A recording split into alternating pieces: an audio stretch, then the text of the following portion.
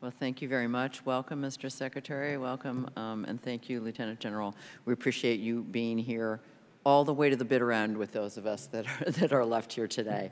I wanted to let you know about, and we'll certainly share with your staff, John Katko, who is not able to be with us here today. He and I co-led a group of 24 Democrats and 24 Republicans called the Problem Solvers Group with a study on infrastructure.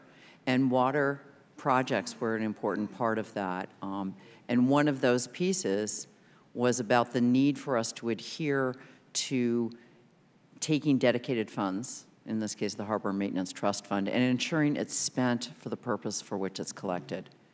This is important for several reasons. Number one, we actually have needs that are not being met. And our failure to meet those needs in U.S. ports is leading to a loss of business to China and to Mexico that endangers our national security by having more overland traffic, in particular coming up through Mexico, which leads in my district to issues with opioids, illegal guns, and other issues. So it has a national security component when we don't properly dredge our ports to a level that they can actually accommodate these larger ships. So it has real-world consequences, not just for the jobs, which are important in those districts, but it has national security and health consequences for Americans. So I think we need to keep that in mind. And there is a broader question of the faith and trust of the American people. You know, people are willing to pay for gas tax and other things when they see their roads getting fixed. Shippers are willing to accept these fees, but when they don't see it being put to the use for which it is collected, then that undermines the faith of the American people and their willingness to support the projects that you know are needed and that we know are needed. So I think it is very important, and I hope you will help us be advocates for respecting what those funds are used for. And so I just want to put that out there because I think it is broader than just the issue, the important issue of us not having adequately funded. It is also this question about the trust of people from whom we collect fees.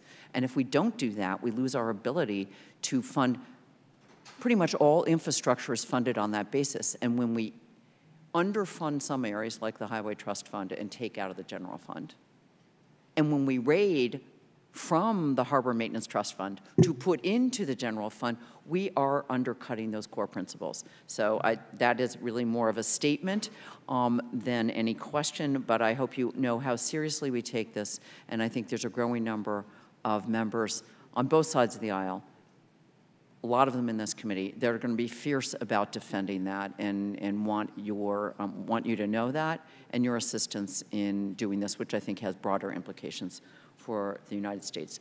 I met yesterday with the National League of Cities, and they were in Washington to meet with members of Congress, but also to launch and announce their commitment to a set of principles around resilient infrastructure.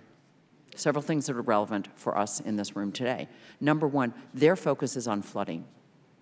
These are mayors of big and small cities, Democrats and Republicans from all over the country, and all of them are struggling with and worried about flooding. They're worried about property loss. They're worried about loss of life.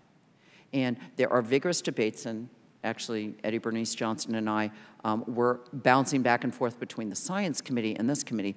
We can have the debates all day long about whether there is climate change and what's causing it, but you ask any mayor who's dealing with flooding, you ask the mayor of Meriden, Connecticut, in my district, my next door city, they will say they don't care what the explanation is, they know what's happening.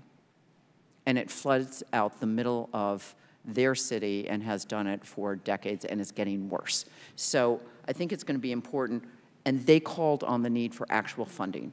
They said it cannot be, and several of my colleagues have mentioned this, Wall Street is not going to pay to deal with flooding projects in Meriden, Connecticut.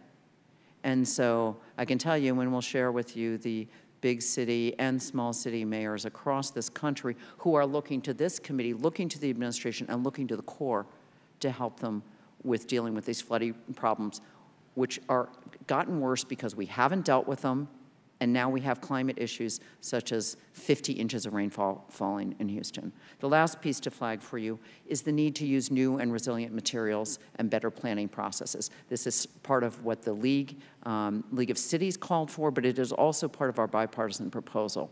So again, I'd like to follow up. I see my time's already expired.